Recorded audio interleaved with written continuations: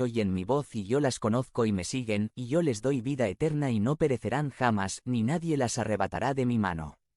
Mi Padre que me las dio es mayor que todos y nadie las puede arrebatar de la mano de mí. Padre, yo y el Padre uno somos. Dios es suficientemente poderoso para vencer cualquier obstáculo que la vida ponga en nuestro camino. Nosotros no somos llamados solamente para tolerar nuestros miedos, obstáculos o desventajas.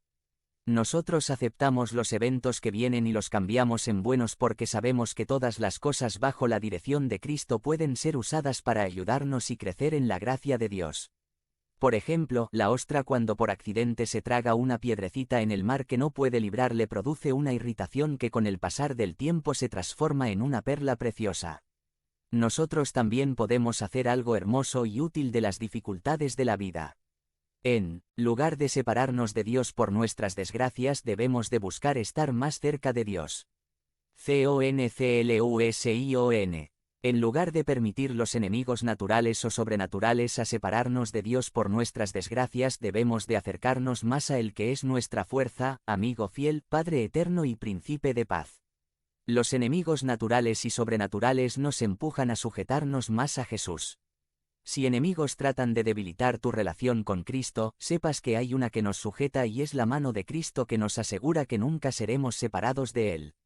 Estamos protegidos por los brazos del amor eterno. Y a aquel que es poderoso para guardaros sin caída y presentaros sin mancha delante de su gloria con gran alegría, al único y sabio Dios, nuestro Salvador, sea gloria y majestad, imperio y potencia, ahora y por todos los siglos.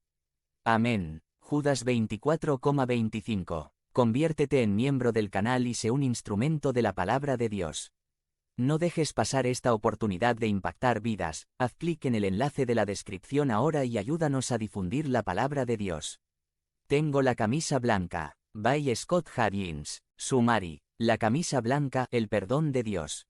Tienes que llegar a un momento en que le dices a Dios, entiendo que soy pecador, y no me puedo rescatar. Necesito que Jesús sea mi sustituto. Dios, perdóname, no por lo que hago yo, sino por lo que hizo Jesús por mí. Tengo la camisa blanca. Por Jonathan Saliba. Introducción. Con la camisa negra puesta. Hoy es la tercera charla en la serie de charlas que se llama Tengo la camisa negra. Si nos están acompañando por primera vez hoy, o si no pudieron estar por una de las charlas anteriores, se puede ponerte al día por medio de las grabaciones que tenemos en línea. www.convivanorte.com. Lo que hemos estado tratando es el tema de, en primer lugar, la camisa negra. ¿Y qué significa eso? Listo, es una canción, pero además de eso, estamos poniendo la camisa negra como una representación del problema del pecado que llevamos cada uno de nosotros. En la primera charla aprendimos que somos pecadores. Nacimos como pecadores y por eso pecamos. No somos parecidos a Dios. Dios es perfecto, santo y justo, y nosotros somos defectuosos, pecadores y condenados. Nuestra naturaleza pecaminosa nos mantiene lejos de Dios. Nos descalifique de ser sus amigos. Y por pecar nos merecemos el castigo del pecado, la muerte física, y la muerte espiritual, que es el infierno. Grave, no, pero, en la segunda charla aprendimos que aunque estamos graves, Dios sabía de antemano que eso iba a pasar. Y antes de que Adán y Eva cometieron el primer pecado, Dios había formulado un plan perfecto para rescatarnos de las consecuencias eternas de nuestros pecados. Dios envió su Hijo, Jesús, para vivir una vida librera de pecado que le calificaría digno de vivir eternamente con Dios. Y Jesús, la única persona de la historia que no merecía el castigo de la muerte, murió. Dio su propia vida como un sustituto para nosotros. Es decir, nosotros merecemos la muerte eterna, estar separados de Dios por la eternidad, poner camisa roja, pero si ponemos la camisa roja, si aplicamos el sacrificio que hizo Jesús a nuestros corazones, ya Dios no ve el pecado que llevamos, sino la sangre de Jesús. Estamos cubiertos, protegidos, rescatados por la sangre de Jesús. Pero, aplicar la sangre de Jesús a tu corazón es una decisión que cada uno tiene que tomar. Tienes que llegar a un momento en que le dices a Dios, entiendo que soy pecador, y no me puedo rescatar. Necesito que Jesús sea mi sustituto. Dios, perdóname, no por lo que hago yo, sino por lo que hizo Jesús por mí. Y en este mismo momento en que te pones la camisa roja, poner camisa blanca, Dios te pone otra camisa, la camisa blanca. Es como una oferta de compra, una lleva dos. Y este es el tema de la charla de hoy. La camisa blanca, el perdón de Dios. Y vamos a aprender hoy que el perdón de Dios nos afecta de tres maneras muy importantes. La primera es que el perdón nos borra todo pecado. 1. El perdón nos borra todo pecado. Suena sencillo, pero les digo que por muchas personas no es una cosa sencilla creer que sus pecados están perdonados. Es que lo que hace Dios es tan impresionante, tan increíble, que casi no se puede creerlo. Por eso es importante consultar lo que dice Dios sobre el tema. 2 Corintios 5, 21 dice, al que no cometió pecado alguno, por nosotros Dios lo trató como pecador, para que en él recibiéramos la justicia de Dios. Pero, ¿cómo puede ser que uno se transforme tan rápido? ¿Y cómo puede ser que seamos justos si no lo sentimos de verdad en nuestros corazones, si sabemos los pecados que continuamos cometiendo? Qué confuso, cierto, pero en estos momentos solo hay una cosa que recordar. Cuando tú sabes que cometiste un pecado, cuando no te sientes justo, ni limpio, ni santo por algo que has hecho, o has pensado, o has dicho, hay que recordar que tampoco has sido perdonado por algo que has hecho, o has dicho, o has pensado. Has sido perdonado por lo que Jesús hizo por ti. La única cosa que hiciste para ser perdonado es que aceptaste que no pudiste hacer nada y pediste perdón por cuenta de Jesús. Cuando Dios ve que tienes puesta la camisa roja, Él te mira y se acuerda de lo que hizo Jesús por ti, y en vez del pecado, Dios ve a lo que hizo Jesús en ti. Dios ve la santidad, la justicia y la perfección de Jesús. No es que Dios está engañado por la camisa, sino que Dios está satisfecho con lo que observa en ti. Es que ya no está viendo pleno pecado, sino el pecado pagado por la sangre de Jesús. Es como si, en el momento de aceptarle a Jesús como tu Salvador, Él te había dado un recibo con un sello grande y rojo que dice cancelado. La deuda está pagada. Este aspecto de la camisa blanca es tan importante que Dios pone ejemplos en toda parte de la Biblia. Mira lo que Dios nos dice en la Biblia. 1:9. Si confesamos nuestros pecados, Dios, que es fiel y justo, nos los perdonará y nos limpiará de toda maldad. Isaías 43:25. Yo soy el que por amor a mí mismo borra tus transgresiones y no se acuerda más de tus pecados. Since white as snow. Romanos 8:1. Por lo tanto, ya no hay ninguna condenación para los que están unidos a Cristo Jesús, pues por medio de él la ley del Espíritu de vida me ha liberado de la ley del pecado y de la muerte. Romanos 8:1-2 NV. 2 Corintios 5:17. Si alguno está en Cristo, nueva criatura es. Las cosas viejas pasaron. He aquí todas son hechas nuevas. 2 Corintios 5:17 RVR. Salmo 32:5. Pero te confesé mi pecado, y no te oculté mi maldad. Me dije, voy a confesar mis transgresiones al Señor, y tú perdonaste mi maldad y mi pecado. Juan 5:24. Ciertamente les aseguro que el que oye mi palabra y cree al que me envió, tiene vida eterna y no será juzgado, sino que ha pasado de la muerte a la vida. Juan 5:24 NV. Colosenses 1:13-14. Él nos libró del dominio de la oscuridad y nos trasladó al reino de su amado Hijo, en quien tenemos redención, el perdón de pecados. Colosenses 1:13-14 NV. Hechos 2:21. Y todo el que invoque el nombre del Señor será salvo.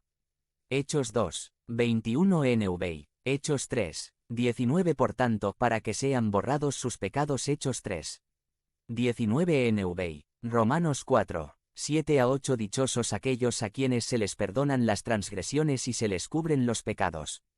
Dichoso aquel cuyo pecado el Señor no tomará en cuenta. Romanos 4:7-8 NV. La camisa blanca representa un nuevo inicio para nosotros. Nuestros pecados han sido borrados de nuestra cuenta. Jesús los pagó. Entonces, es por la camisa roja que llevamos la camisa blanca. Es por la sangre de Jesús que Dios nos ve justos. 2. El perdón nos pone en una relación.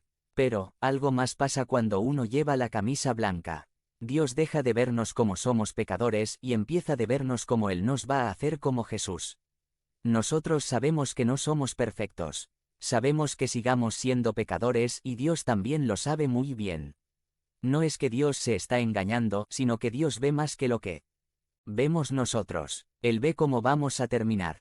Y entonces, ¿qué es el resultado de todo eso?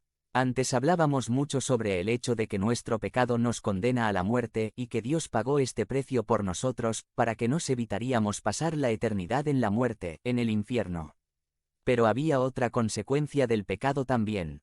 La humanidad perdió la relación cercana que tuvimos con Dios. Ya no éramos los amigos de Dios, sino sus enemigos. Y si uno tiene a Dios como enemigo, él debería sentir mucho temor. Pero si llevamos la camisa blanca, dejamos de ser los enemigos de Dios y nos convertimos en hijos adoptados de Dios. Para los que llevan la camisa blanca, esta relación está restaurada. Es decir, podemos hablar con Dios y nos escucha. Podemos escuchar de Dios y nos habla. Podemos aprender de Dios. Tenemos a Dios no solo como amigo, sino como Padre. Él nos cuida, nos guía, nos da límites, nos regaña, nos ama con el amor de un muy buen Padre. Con la camisa blanca viene una relación eterna y amorosa. Somos los hijos de Dios. 3. El perdón nos libera para servir. Entonces, el perdón de Dios nos borra todo pecado, nos pone en una relación con Dios, y finalmente el perdón de Dios nos libera para servir a Dios y a los demás. La Biblia describe a los que no se han apropiado la camisa roja en varias maneras: ciegos, esclavos al pecado, hijos del diablo, muertos. Efesios 2 dice: en otro tiempo ustedes estaban muertos en sus transgresiones y pecados, en los cuales andaban conforme a los poderes de este mundo. Se conducían según el que gobierna las tinieblas, según el espíritu que ahora ejerce su poder en los que viven en la desobediencia. En ese tiempo también todos nosotros vivíamos como ellos, impulsados por nuestros deseos pecaminosos, siguiendo nuestra propia voluntad y nuestros propósitos. Como los demás, éramos por naturaleza objeto de la ira de Dios. Pero Dios, que es rico en misericordia, por su gran amor por nosotros, nos dio vida con Cristo, aun cuando estábamos muertos en pecados. Por gracia ustedes han sido salvados. Y en unión con Cristo Jesús Dios nos resucitó y nos hizo sentar con Él en las regiones celestiales, para mostrar en los tiempos venideros la incomparable riqueza de su gracia que por su bondad derramó sobre nosotros en Cristo Jesús. Porque por gracia ustedes han sido salvados mediante la fe, esto no procede de ustedes, sino que es el regalo de Dios, no por obras, para que nadie se jacte. Porque somos hechura de Dios, creados en Cristo Jesús para buenas obras, las cuales Dios dispuso de antemano a fin de que las pongamos en práctica. Efesios 2, 1-10 NV. Gracias a Dios ya no somos así. Dios nos ha liberado de la maldad, del pecado. Pero no nos liberó simplemente para nosotros mismos. Este pasaje dice que nos liberó por dos razones: para mostrar su gracia y bondad, y para hacer buenas obras. Dios nos rescató de la muerte con un propósito práctico, para que hagamos las obras buenas que Él a nosotros predestinó aún antes de que el pecado había entrado en el mundo. Pero para que hagamos las obras de Dios, es importante que nos mantengamos en el camino de Dios.